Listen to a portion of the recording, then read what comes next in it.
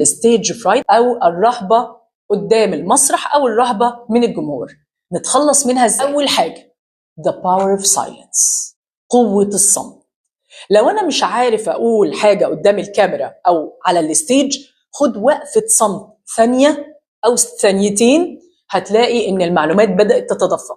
وفي وقت الصمت ده اتنفس، خد نفس، لأن النفس مجال حيوي بيبدأ يعطي الجسم فيتاليتي، يخليه يبدأ يفكر أحلى. الغذاء الأول للمخ، عندنا 3 أغذية للمخ يا أستاذ هشام: الأكسجين، أيوة، المية، الجلوكوز. لو أنا غذيت المخ هيفكر حلو، لو اتنفست وخدت وقفة صمت ثانية أو ثانيتين هيتنفس حلو.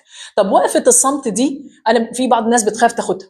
الفرنساويين عندهم مثل بيقول on tourne la langue 7 fois avant de parler، يعني ألف لساني 7 مرات قبل ما أتكلم. هل معنى كده يا مروة لما حد يسألني سؤال أنا ماني عارفه ألف لساني؟ لا، دي كناية إنك تاخد وقفة صمت ثانية 2 3 ثواني، من حقك، من حقك إنك تاخد ال3 ثواني دول عشان تفكر. ما تخاف وما يكون عندك رهبة من الصمت. تاني حاجة من الستيج فرايت أو عشان أتخلص من الرهبة قدام الجمهور، نعمل إيه؟ shifting consciousness. يعني إيه؟ يعني حول الانتباه أو الوعي من على مروة للجمهور. يعني مثلا مروة خايفة تطلع تتكلم قدام الجمهور،